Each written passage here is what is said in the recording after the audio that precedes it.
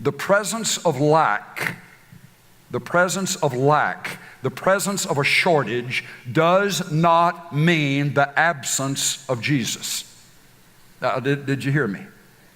The presence of a lack, the presence of a shortage, they didn't have enough food.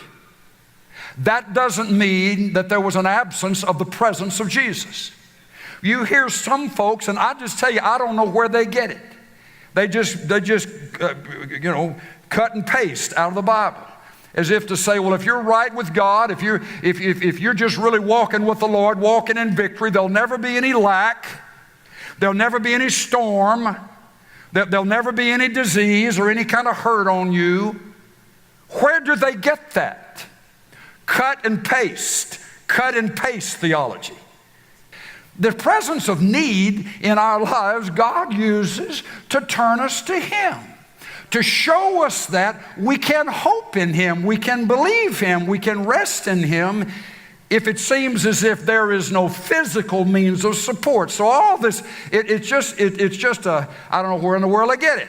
You just name it and you just claim it and you just rebuke it and you're immediately going to have it and it's immediately going to happen. Show me that consistently in the Scripture.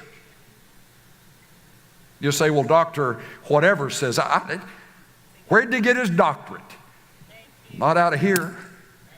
Jesus is no stranger to storms. Jesus is not set aside by lack, by poverty, by need.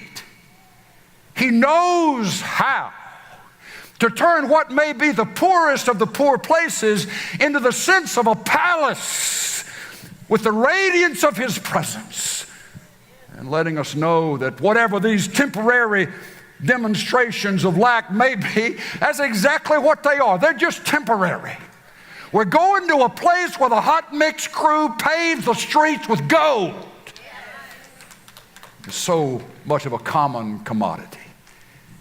He's not worried about it. He just says, I'll take care of you.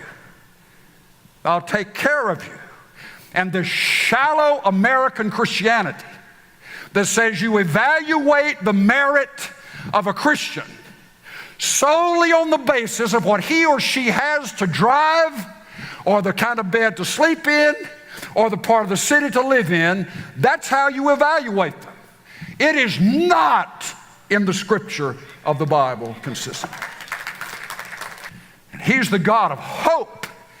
And He's the God who can speak to us in the middle of our lack. And He will say, you will not die in that place of desperation. I will meet you at the place of your need. And then when the storms hit, when the storms hit, He's not a chicken